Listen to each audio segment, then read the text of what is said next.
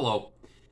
The chief antagonists that are trying to destroy the rediscovery of Noah's Ark comprise individuals that are associated with the PKK, or the Kurdistan Workers' Party, a Marxist revolutionary terrorist organization that is renowned for killing civilians, especially women and children, in order to destabilize the government of Turkey. Also, there are individuals that are trying to denigrate the Ark that have significant ties to the Yazidi community. These are the early brand of Satanists that worship Melek Taus, or the peacock angel, that many in Islam, Christianity, and Judaism ascribe to the devil. Also, secularists and secular academics are very against Noah's Ark discovery, simply because it threatens their majority and dominance over Western thought. Secularism and atheism are totally in control of academia in the West. The fourth group that is trying to denigrate and destroy Noah's Ark has a history of animosity with the rediscoverer of Noah's Ark, namely Ahmed Ertugrul. First, Randall Price. Randall not only allegedly was physically humiliated by Ahmed Ertugrul in front of his son, but then Ahmed Ertugrul took him to a place that was far away from Noah's Ark, and then allegedly stole up to $30,000 from Randall Price. But instead of taking his animosity out on Ahmed Ertugrul, Randall Price has tried to destroy the archaeological site, Noah's Ark, and the artifactual assemblage in Noah's Ark. For example, at the very beginning, Randall Price said that artifacts were removed from Noah's Ark, and this was totally correct. But then he reversed course, and he said, oh, no, Noah's Ark represents a fraud, which enabled Ahmed Ertugrul to remove more artifacts from the site. Now, these were all reported to the Turkish government, but this has caused a needless delay in terms of the protection, preservation, and research of Noah's Ark. The second individual is Richard Bright, or Dick Bright. And the reason is, many years ago, Dick and Ahmed Ertugrul were allegedly accosted by Turkish Jandarma Militarici, thinking that they were PKK, and they were fired upon. Dick Bright has resentment toward Ahmed Ertugrul for nearly losing his life. But again, instead of taking out their animosity on Ahmed Ertugrul, they've taken it out on this defenseless archaeological site, namely Noah's Ark. The third person that's involved in this, Don Patton. Don Patton is an individual that is said that he's friends with Randall and friends with Dick. As he said himself, he's going to do whatever they want him to do. But in this case, they're using him to destroy and denigrate a wonderful archaeological site. The fourth person that's involved is an individual named Murat Sahin.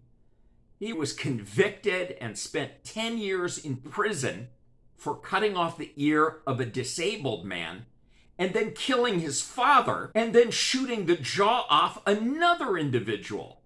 And for this, he spent 10 years in a Turkish penitentiary. But again, instead of being very wary of this criminality, this group has been totally used by Murat Sahin to give him money to go on a wild goose chase around Greater Mount Ararat, being nowhere near the Southern Gorge, which is the actual location of Noah's Ark. And finally, you have a group of young Earth creationists that are very against this rediscovery and are trying to destroy the site because it interferes with their marketing of their replica arks.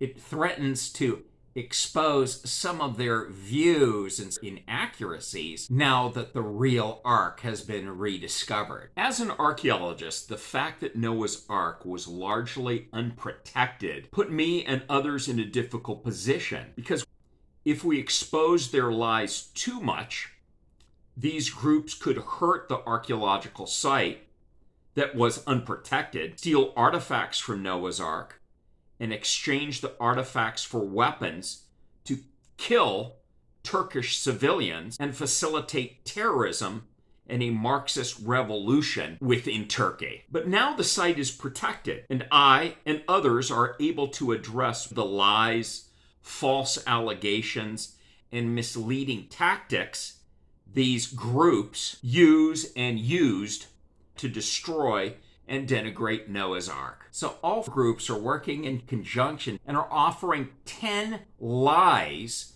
which are used to denigrate and destroy this precious archaeological site that represents not only Noah's Ark, a foundational belief in 3 world religions, namely Judaism, Christianity, and Islam, but also represents the transition point between the end of the Stone Age or the Late Epipaleolithic. The site is from 13,100 to 9,600 BC, and the origin or the progenitor site of the Neolithic or the farming age, precisely the beginning of the pre-pottery Neolithic A period.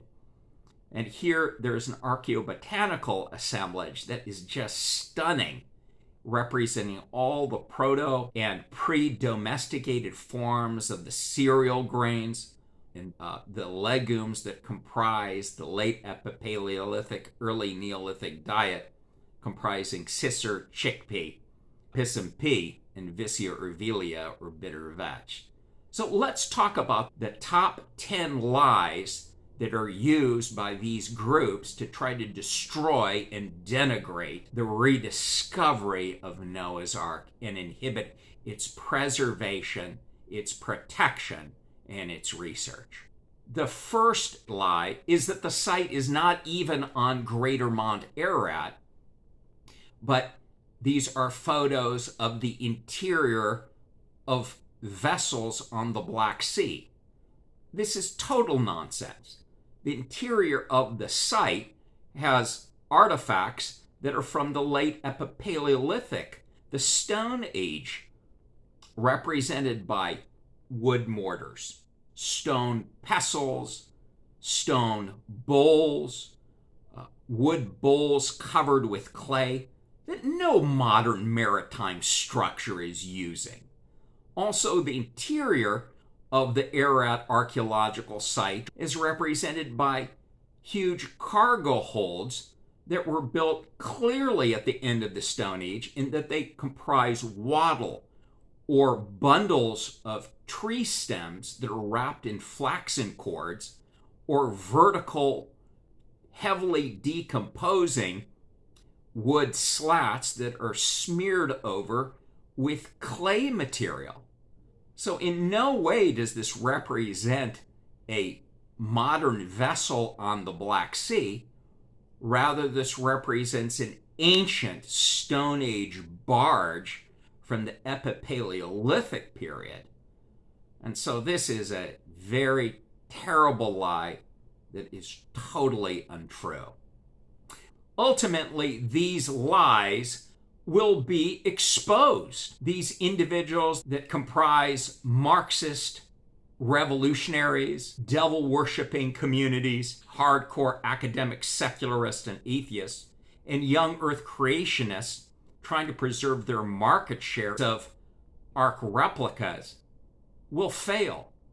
You can cancel people, you can cancel ideas, but you can't cancel a 158-meter barge from the late Epipaleolithic period, buried 4 to 11 meters under the surface of Greater Mount Ararat, between 3,900 and 4,700 meters above sea level. And ultimately, this sign for the ages, as mentioned in the Qur'an, or this sign that represents, just as in the days of Noah, so shall the coming of the Son of Man be, the return of God, cannot be hidden, cannot be lied about. My personal aim is to ensure that this site is protected, preserved, researched and promoted throughout the entire world and becomes the world's worst kept secret in archaeology. And I hope you do your part to protect, preserve, research, and promote the rediscovery of Noah's Ark, a site that is valuable to three world religions, namely Judaism, Christianity, and Islam, and represents the transition point between the end of the Pleistocene and the beginning of the Holocene, the end of the Stone Age and the beginning of the Farming Age, the end of the Late Epipaleolithic Period and the beginning of the pre-pottery Neolithic Period, and the origins of civilization.